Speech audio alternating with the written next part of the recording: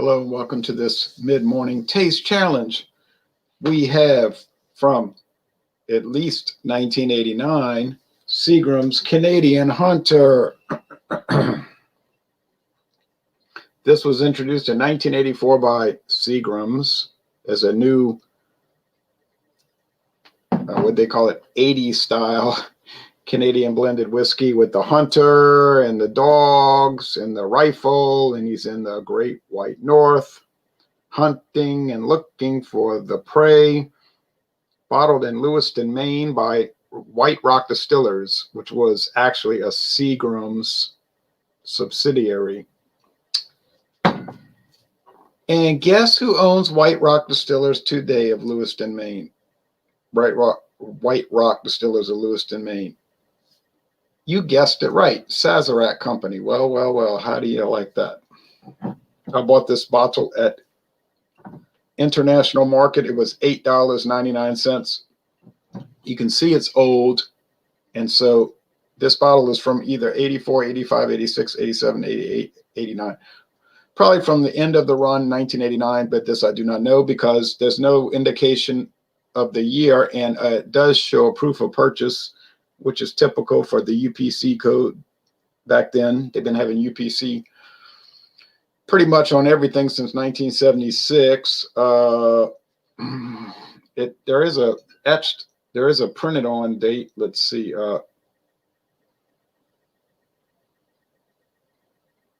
I can't figure that out. Maybe 17:57, 17 hour and 57 minute. 105 A3, and the bottle is dated 1202. I mean, I don't know what that is. And there's a look like a horseshoe and a 7. I don't know.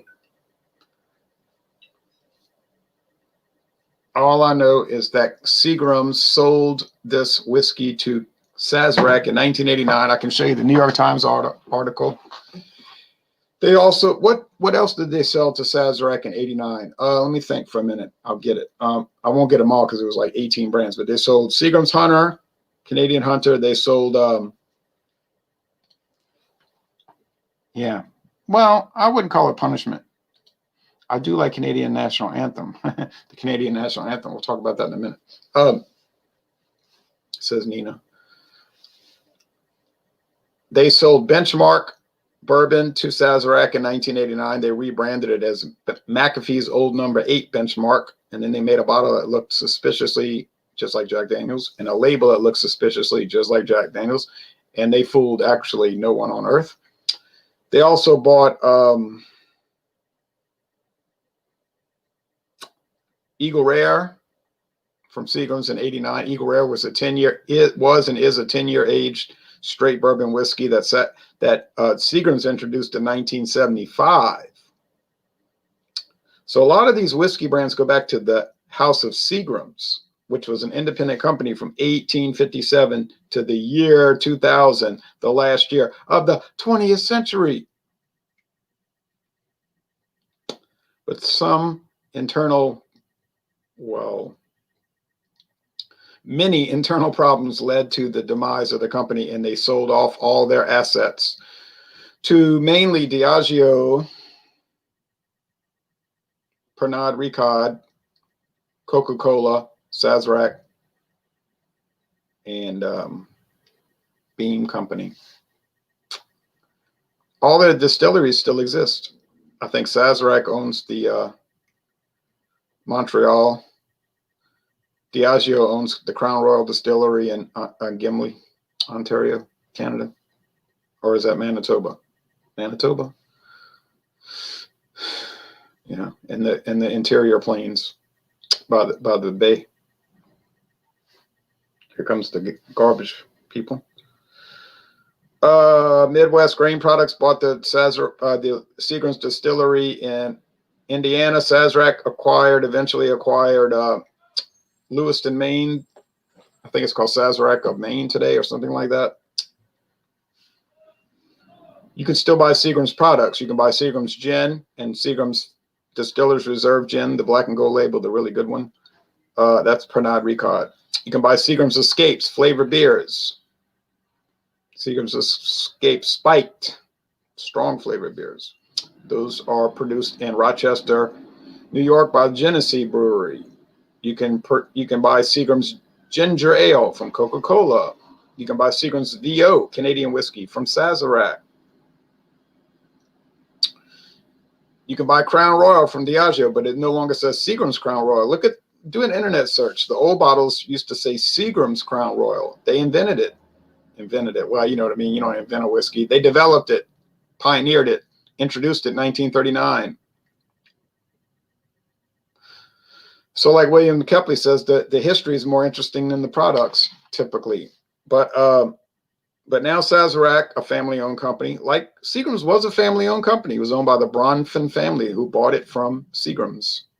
The Seagram's family. Joseph Seagram died, and then his family didn't want it, whatever. And I think he was an Irish immigrant. And so they sold it to the Bronfen family, Russian Jewish immigrants. They fled from the Russian Empire. Okay, see what I mean about the history? Sazerac is owned by William Goldring of New Orleans. Him and his wife personally own it. They have no shareholders. There is no board of trust, no board of directors. It's a man and his wife who own the company solely. Now they're very old. I don't know what's going to happen when they pass on. I don't know about their family situation, children, and all that. And that could be a buyout. But they do own it. And they live in New Orleans, Louisiana, and the headquarters is in New Orleans, Louisiana. Bill Goldring's father started all of that, a big liquor distribution company, and they had a liquor company, distribution company called, it was either National or Republic, but it merged as National Republic today. The warehouse is huge. It's on US Highway 90, just west of New Orleans. Not even a quarter mile. I mean, you could walk to it from the city limits. Right in that big S curve. It's almost like it's an S curve, I guess. 90-degree south and then 90 degrees west. Interesting. The warehouse is enormous, and it used to be owned by Bill Goldring, but when he took control of Sazerac from all the partners and whatnot, and it was different companies like Handy, and then they had Peychaud's Bitters and all that. The federal government came along, I guess, 20 years ago and said, well, you can't own a liquor company, distilling, bottling, blending, and a distributor. Ooh. So he sold it. But go to that warehouse, and it's all Sazerac brands. Anything you could think of is all like, and if you drive around Louisiana, it's all Sazerac billboards. Takavaka everywhere you turn, left, right, forward, behind. Sazerac has Takavaka billboards everywhere around here. I always thought it was like the #1 vodka in the world growing up here because you see it on every major highway. My parents were like, well, that's like a cheaper vodka. But how was I supposed to know? You see billboards everywhere. And then for other Sazerac products, occasionally you'll see billboards here, around here. So they do a lot of contract production. We used to have Katz and Bestoff here, and so there was Katz and Bestoff vodka, Katz and Bestoff rum, gin, everything, but they got bought out by Rite Aid. But they probably do, if Rite Aid sells liquor, then they probably do the contract for them. They do the contract for CVS. They do the contract for Walmart. They do the contract for Total Wine & More. They do the contract for everybody. So if you see the Founders Company, the Legacy Distilling Company, if you see County Line Distillers, if you see Buffalo Trace, if you see Barton 1792, if you see Glenmore, if you see Fleischmann's, it's all Sazerac. All right, let's look at the comments, and we're going to do this tasting. The Canadian National Anthem. Yeah, a lot of people don't realize the Canadian National Anthem until 1980 was called God Save the Queen. Just like in England, the same national anthem. They had the same national anthem, God Save the Queen.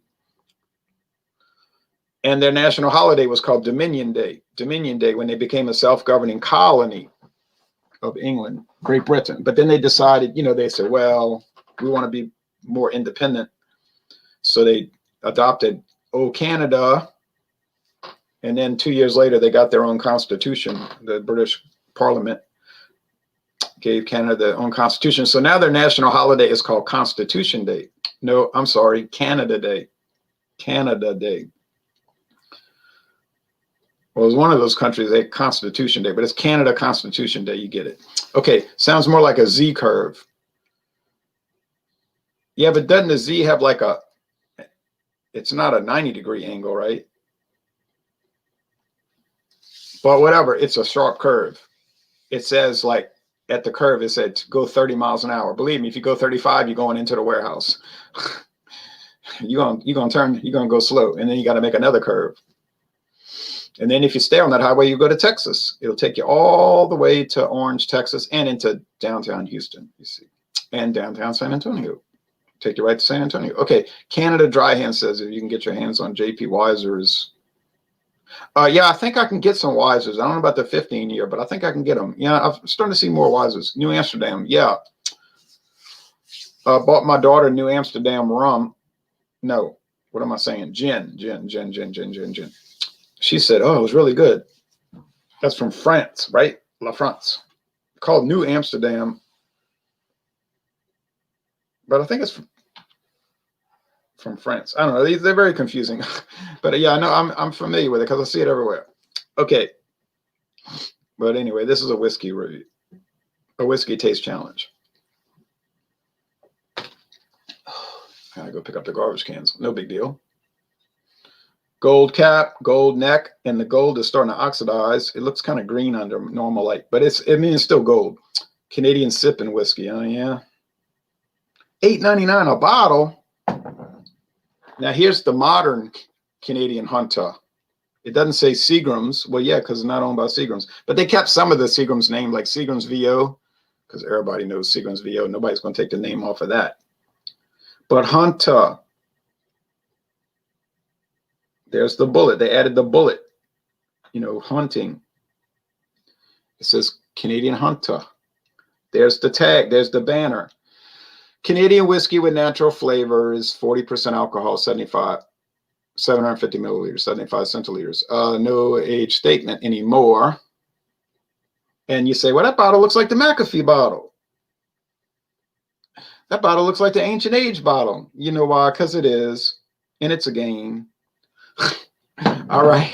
Uh-oh, forgot to do my tags.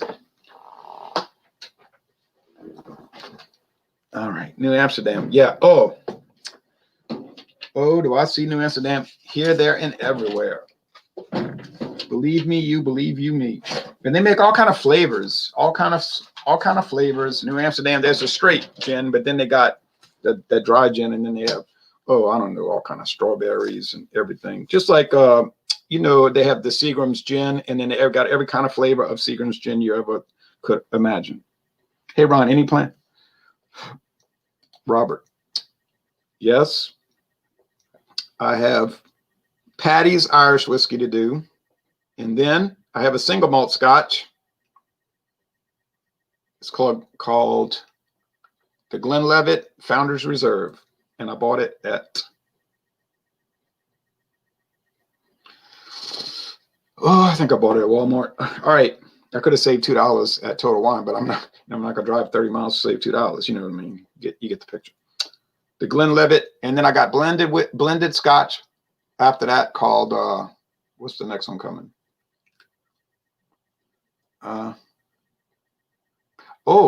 Chivas Regal Mitsunara, the one aged finished in Japanese oak. Well, that should be nice. Okay, so let's see. SCH, Seagram's Canadian Hunter. And then we got the other whiskey. So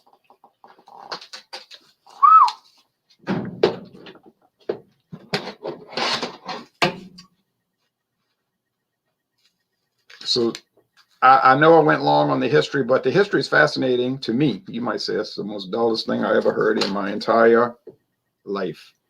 I love reading the history of these companies. After all, I used to teach history. I got paid to do that. And my students told me one time, you like doing this. I said, yeah, I'm getting paid money to do what I would do anyway. In other words, I'm getting paid money to talk about stuff I talk about for free. And they were like, that's a good point. It's a good job. It's a good gig. get it, and you can get it. Okay, if you can survive it, that's another story. You know, public education in America.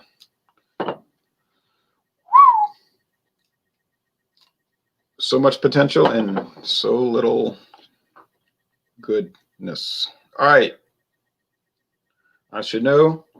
I went to public school my whole life, government schools. From first grade, kindergarten, went to private. Gave me an advantage. All right. I went to government schools and government college. Okay.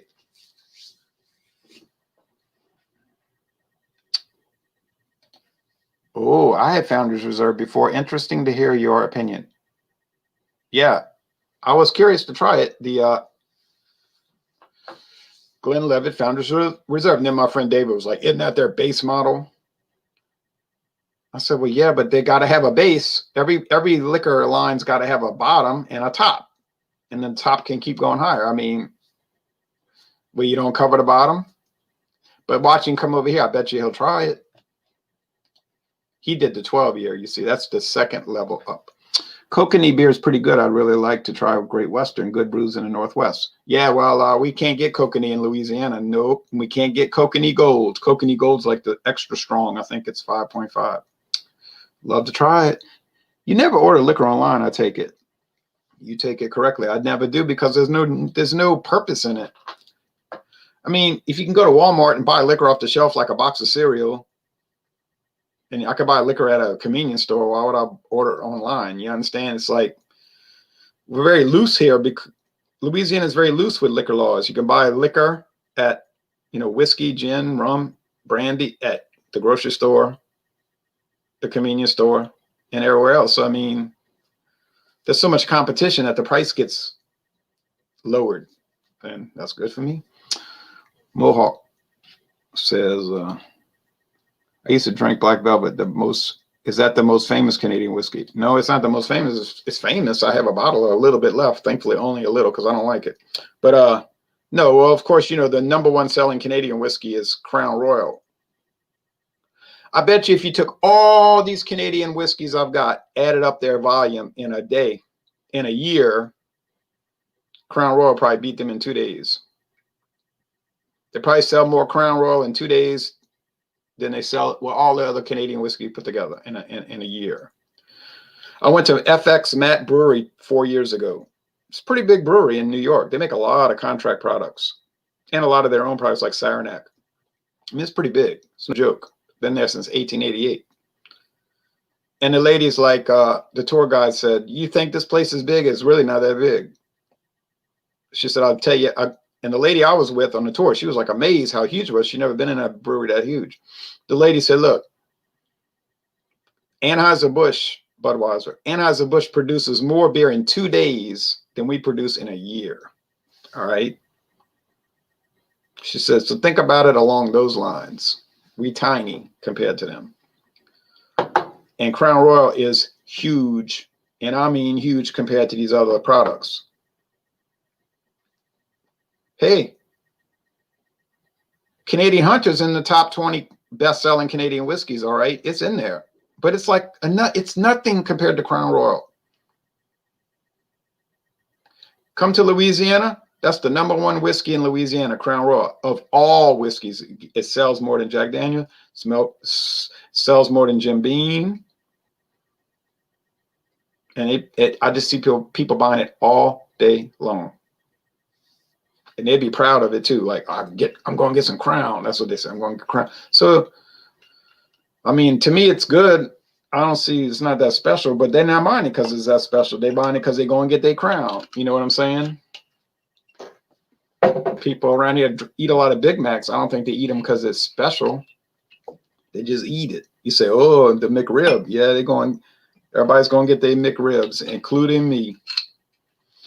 Because I love fine cuts of meat. You know what I'm saying? You are not my all right. In New York State, you could only buy liquor in a liquor store. Right. That's correct.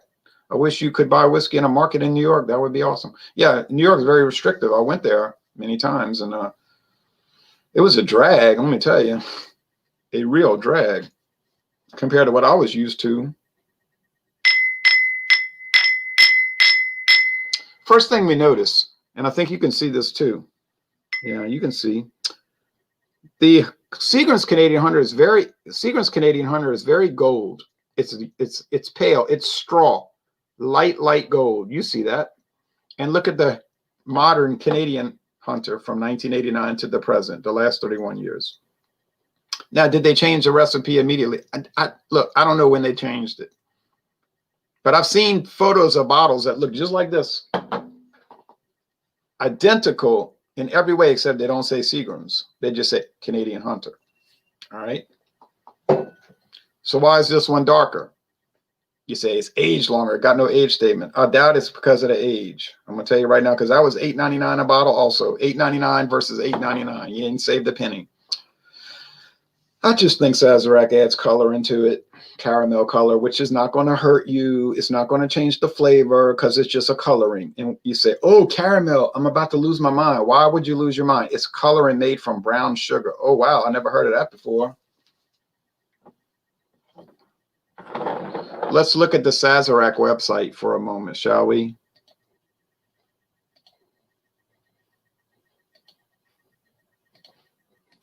Now, if you look at Sazerac, I looked under whiskey. They're not showing everything they make. They're showing 1792 whiskey bourbon, Blanton's whiskey bourbon, Buffalo Trace whiskey bourbon. They're telling you what it is and the type. Caribou Crossing whiskey, Legacy de Forge. That's a fancy Canadian blended whiskey. No, it ain't $8.99. Maybe $58.99. Caribou Crossing. I planned to buy it, but they had it at Mathern's and they sold out. It's kind of like the Blantons of Canada. You know what I'm saying? The Blantons of Canada. Taylor. You know that's going to cost you a lot. Eagle Rare. $30. Not bad for a 10-year age. Handy and Schiller. This I'm not familiar with. All right. Stag. Everybody heard of that. Fireball. Who hasn't heard of that? That's a liqueur, really. It's another one of those Sazerac brands that they bought from Seagram's. That's right. They bought that from Seagram's. And Seagram's was doing nothing with it. Last Drop. Oh, baby. Last Drop blended scotch. It's vintage. You can buy 50-year age, and it's only $5,999. Legacy. That's a nicer brand Canadian whiskey, which I've not yet bought. Michael Collins. That's some new Irish whiskey. I don't know anything about it. Paul John single malts. It's another new one. Don't know what thing. Patty's. That's been around forever and a day. I bought me a bottle. Mr. Sam. Don't know what thing. I think it's named after Sam Bromfin, who did the Seagram's thing. Rich and Rare Reserve. You can get it cheap. Well, at least they're showing it. Sazerac Rye. You know that's a good one. Seagram's VO. There you go. Southern Comfort ain't really a whiskey. It's a liqueur. And then there's the Single Barrel Select. But that's another thing. You can get single barrels for it's a barrel pick, and it was cost so much money. Seagram's VO. Let's look at this for a minute. There's a mystery surrounding the origins and naming of Seagram's VO because the company never did say what it meant. People had all kind of theories. Does it mean very own? Others claim it stands for very old. You say, I know it's some Kabbalah thing. It's something to do with Kabbalah. It might be. Now they're saying in 1913 they introduced it, but Diageo, when they owned it, they said it was 1911. In fact, if you look at the Seagram's VO Gold bottle, look at VO Gold. It says 1911. Hey, look, I don't know what the story is, but that's a long time ago. 11, 13, 2-year difference, but anyway.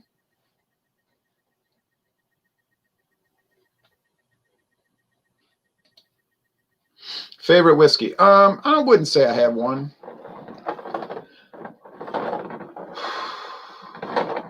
Because then you get interested in one and you say it's your favorite, then you try another and you say, no, that's my favorite.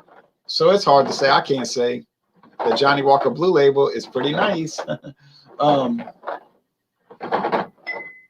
There's so many good ones. I can't say. People ask me all the time, what's your favorite beer? I don't know. I don't know. Are there certain hours when you can't buy liquor in open stores? Shouldn't have something they can't sell. Yeah, in this parish, about 10 years ago, they made a new ordinance where you can't buy any beer, wine, or liquor between 2 a.m. and 6 a.m. And now in New Orleans, you can buy it 24 hours. So it just depends on the local option. Now, if you go to St. Bernard Parish, which those people that live there call the parish, you can't buy liquor in a regular store. You got to go to a liquor store, but that's a local option. I wonder in blended American whiskey, do they add name brand whiskeys in the blend like Jack Daniels and Jim Beam? Yeah, I think they do, but they sell it under a different brand. Like, you know what I'm saying? Like Brown-Forman owns Jack Daniels. They probably blend it off in some blended whiskey. Maybe it didn't come out right, a batch that came out kind of funky, but they figure they'll blend it in that nobody will notice. Jim Beam, if it comes out a little off, they'll blend it with Beam's 8-star. Argument waiting to happen. If someone can't buy something on display in an open for business store because of the day or time of day. I don't actually agree with those regulations. So you're preaching to the choir. I don't agree with those regulations. If it was up to me, there wouldn't be any regulations. But then I believe in federalism also. So each state should make their own internal laws, and each state's county, or in Louisiana, we don't have counties, we have parishes, should make their own internal laws. You want to diffuse power. You don't want power concentrated in a central government, because then you have the potential, and almost invariably, you always get a tyrannical government. Ask Germany, ask Russia, ask France, ask America, look like. So anyway, you see what I'm saying? People don't understand these concepts. All right, but we're trying to help inculcate those ideas in people's minds. Okay.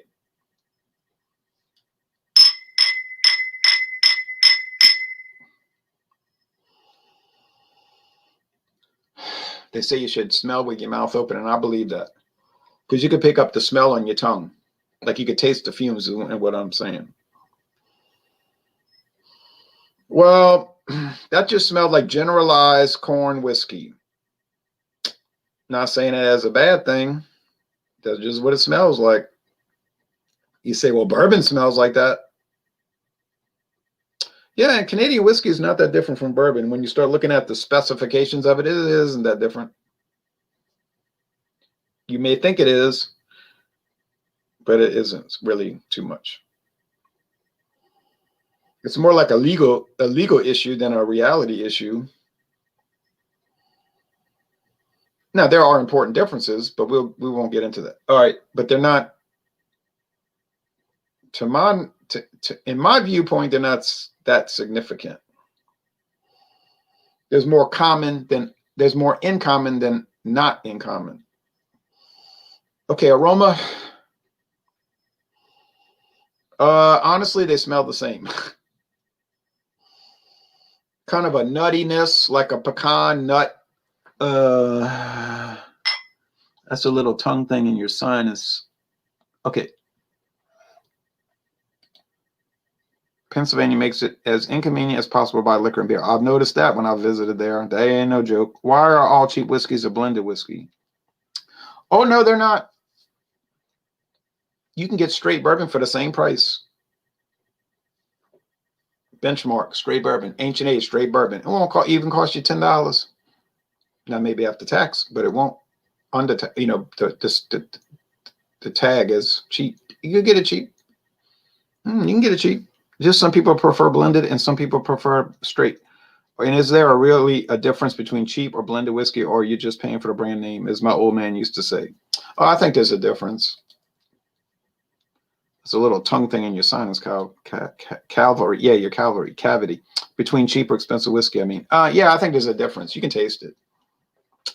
May not be as big as people claim, but it's a difference. I've noticed.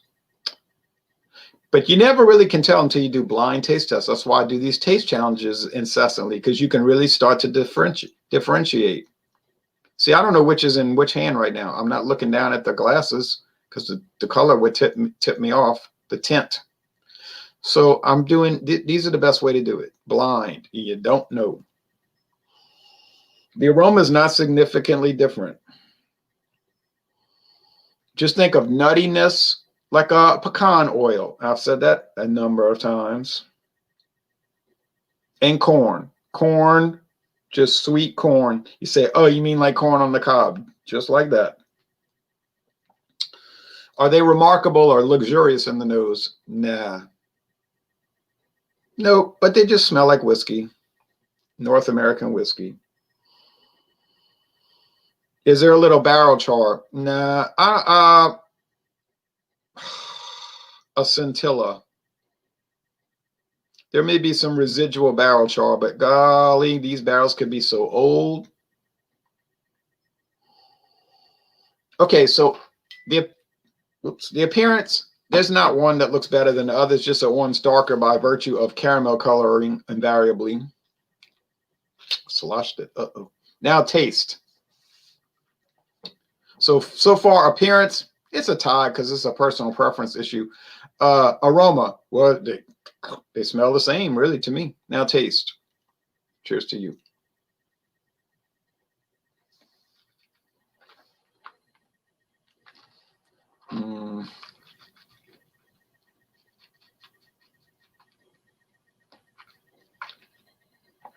Took too big of a sip. The bottle says Canadian sipping whiskey. It doesn't say Canadian gulping whiskey.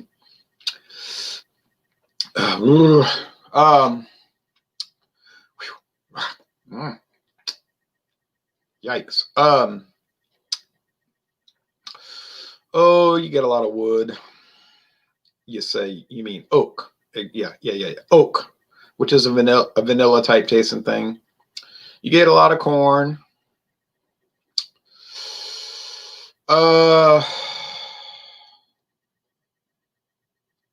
Is there any fruitiness? I would say it's more like nectar from like a honeysuckle in the summertime when you pull that little stem out, you taste the nectar on the end. You see the bees buzzing around it. Yeah, so it'd be like almost a quasi honey type thing. I think that's all you're getting. It's very simple. But notice I didn't say anything bad, ghastly, or horrible.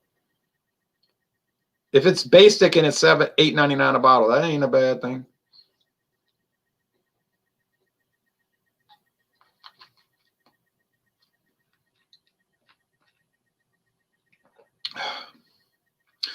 All right. I just figured it out. I'm going to tell you about it. Cheers, Ron, says Nina. I guess Nina's dropping off. These videos can go long. I drank Fleischmann's whiskey 100s of times. I've noticed when I drink it, the ice melts and gets watered down. I almost taste the sweetness in the whiskey. A lot of people do add water. They say it develops the flavor. I think it would be a neat project to buy a bunch of Everclear, aged in an oak barrel for 8 to 10 years in the basement. You want to have charred oak. Never before used charred oak barrels. 8 to 10 years. Yeah. And then you could take it out the barrel at barrel proof, and you could water it down with water to bring it to 80 or 86 or even 90, and then you'd have bourbon. But that would be an expensive project. Hello, Ron, says Max Walt from the Russian Federation. Hello, Max Walt in Russia. I think he lives in Moscow. Moskva. All right. I know this is the Canadian Hunter in my right hand because it has a stronger almond flavor. Say like almond extract. And I believe that's coming from white rum. Is Sazerac adding white rum to it? I wouldn't be shocked. And now I know they're making rum at Glenmore Distillery. Read that. And I can prove it because King Square used to come from over there and it would say imported from the Caribbean, bottled in Kentucky. Now go find the new bottles of King Square rum and notice what they say. Caribbean style rum from Kentucky. And we all know when we think of Kentucky, we think of rum, right? Wrong. But that's where it's coming from, King Square. Is it going to taste a lot different? How would I know? I don't know. I never tried King Square, but I said, oh, the article was correct. Now look at them. Making it right there in Kentucky. They got the barrels. They got the charcoal filtration system. Heck, all they need is sugarcane, and how hard is that to buy? And not really hard. Who I don't know, they could be buying wholesale molasses from some supply house. That wouldn't be difficult. I think this is Seagram's VO. I think this is Seagram's Canadian Hunter because it's got a cleaner taste and it's not that much almond extract. I don't think they use almond extract. I just think it in your mind, you think that, and John and Neely said it, so now it's stuck in my head.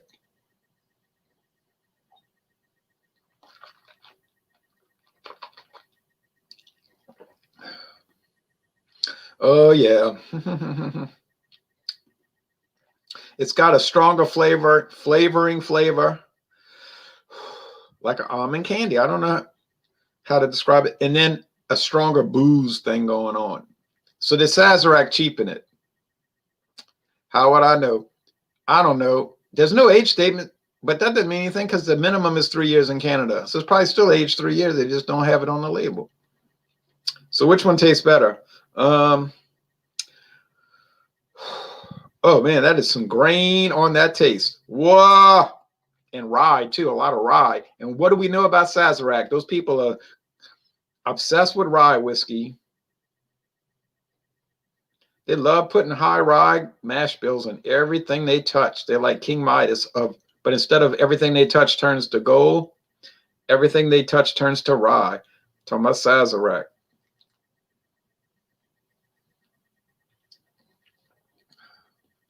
Now you see, this tastes more like a Seagram's product, I'm afraid. That's sad that company did that, went out of business. That is a shame, but that's not my problem. This has got to be the Seagram's Canadian Hunter, and is it better than the current Canadian Hunter? I have to say yes, it is. Has it gone down since Sazerac bought it? Yeah, but it isn't a big drop. It's funny because the taste went down and the sales went up. Now you might say, yeah, but people like all that candy sweetness. They want it to taste like almond candy. I believe that. I believe that. Okay, so I'm going to reveal it. This is the Seagram's Canadian Hunter. I can't believe it could be the Sazerac version. It's got to be the Seagram's. Ha ha. I don't know why I made a tag because the color was so different. There it is, that pale straw. And there's that caramel. Well, well, well. I actually thought they were going to taste the same, but they don't. Oh, well, well, golly, gee, golly, golly. Nina said, oh, she didn't drop off. She said, picked up these cute little 10-ounce Medalla premium light beer. Oh, from Puerto Rico. That's a good one. Oh, I'm going to tell you, I cannot stand light beer, honestly, because it's so thin and bland. But Medalla is a better than average light beer. Oh, yeah, you got a good little batch right there. Nina said, Red Square is in Maxwell's neck of the woods. That's true. The Kremlin. So the older version is better, huh? Less almond extract equals better whiskey. I would agree with that.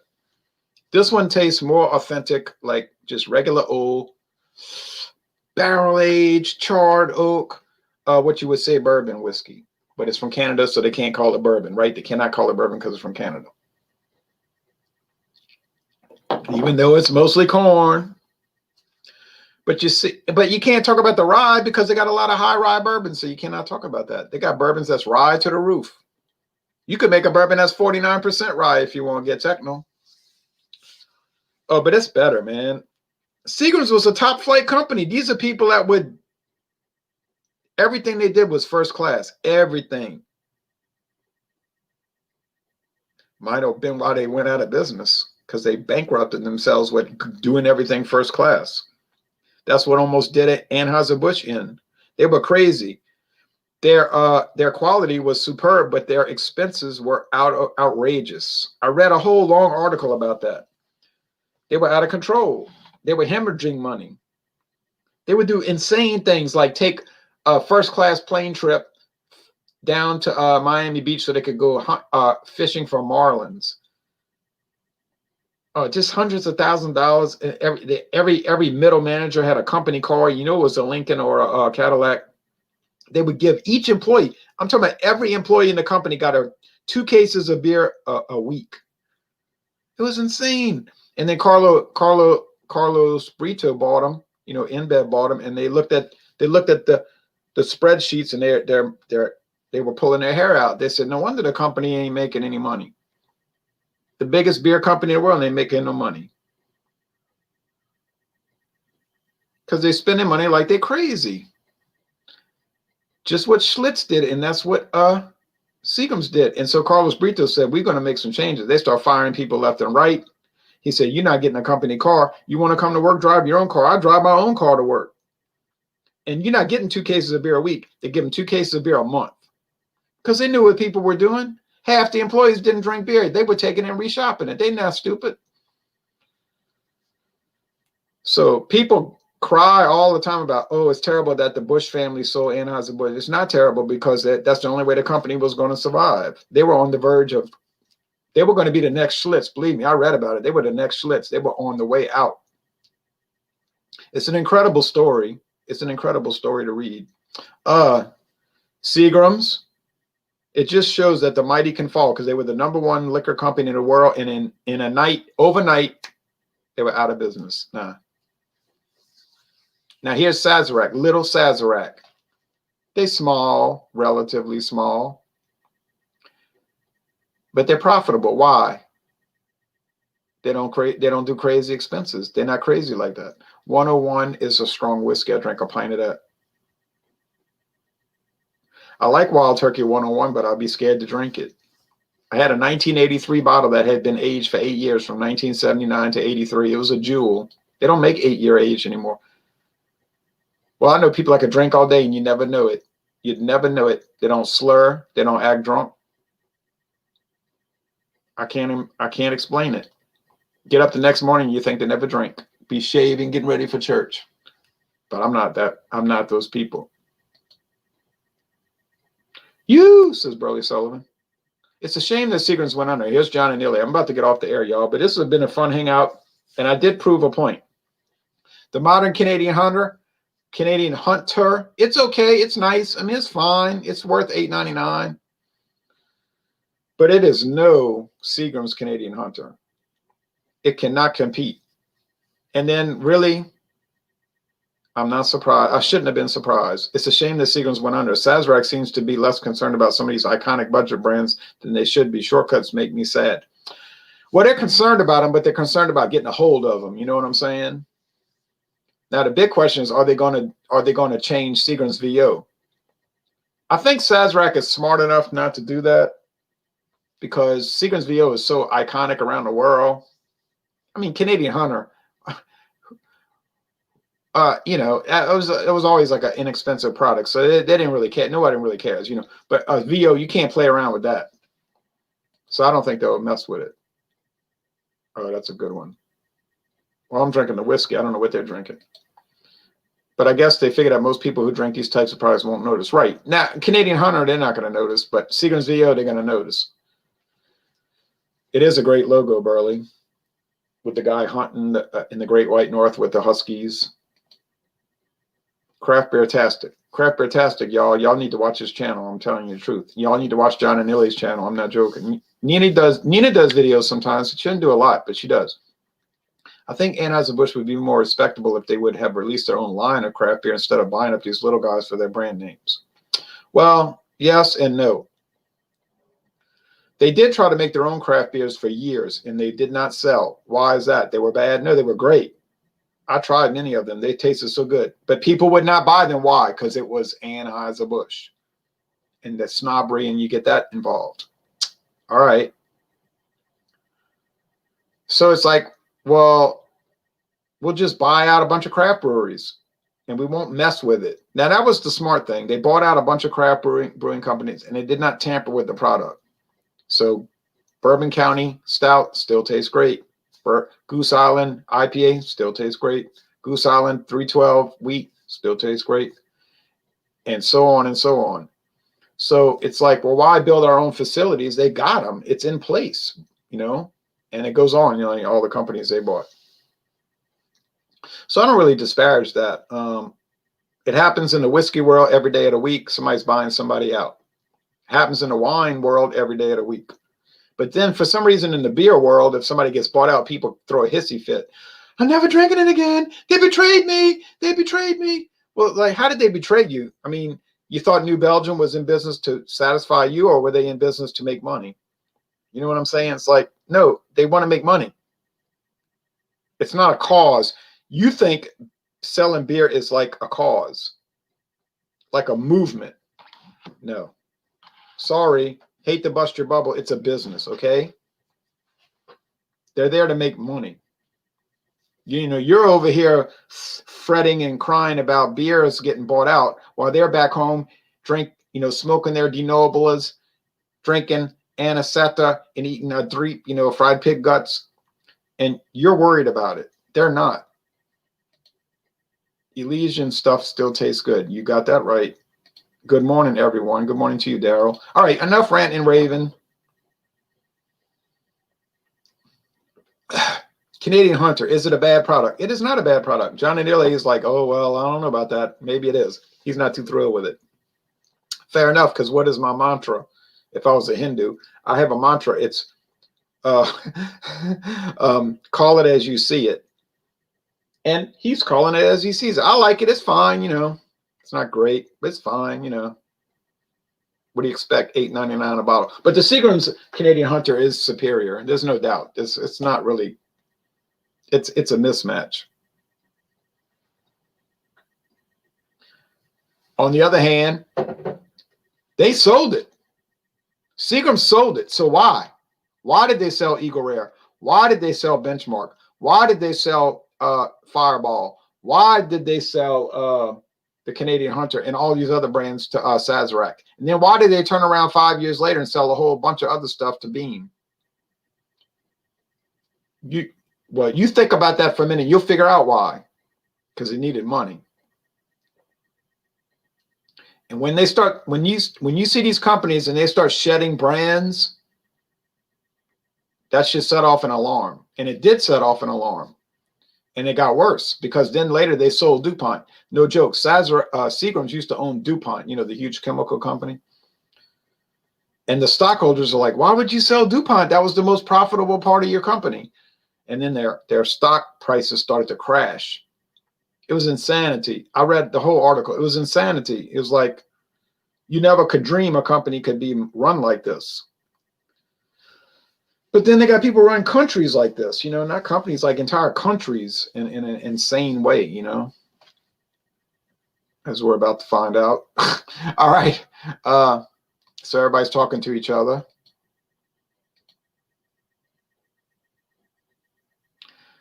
Yes, I've heard that people in India do like to drink a tad bit, and Irish people have a known stereotype. Well, anyway, this has been a fascinating taste challenge. I know it went long, but it was really fun.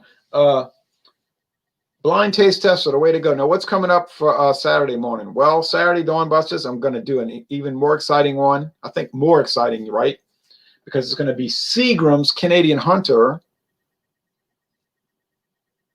versus Seagram's VO.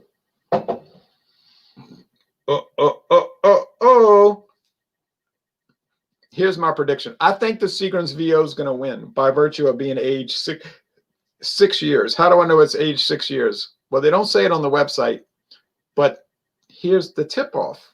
If you look at the LCBO or the NSCBO, Nova Scotia CBO, whatever these Canadian government-owned liquor stores say, they have a sales sheet for VO and it says age 6 years. And I don't think they're going to lie about that. And I think that sales sheet's coming from the distillery,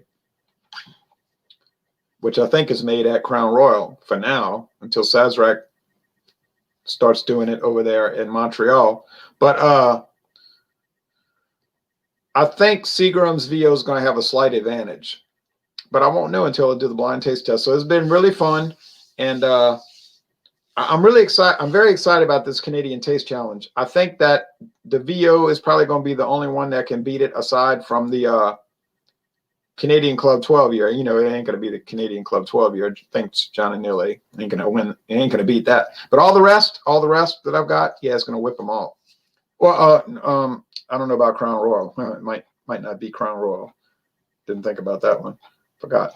All right. Looks like I missed a good one. You'll have to go back and catch the rest. Oh yeah, it was really fun. If you can stand watching that long. All right, so that's it. I'm out of here. Burley says 3 mugs up. Thank you. I did a solo review this morning of the Steel Reserve 211 Tangerine. I couldn't resist. I saw it at that racetrack. I was like, I gotta buy it. I can't resist. That's it's another controversy. All right, so thanks for watching. Thanks for watching this video production.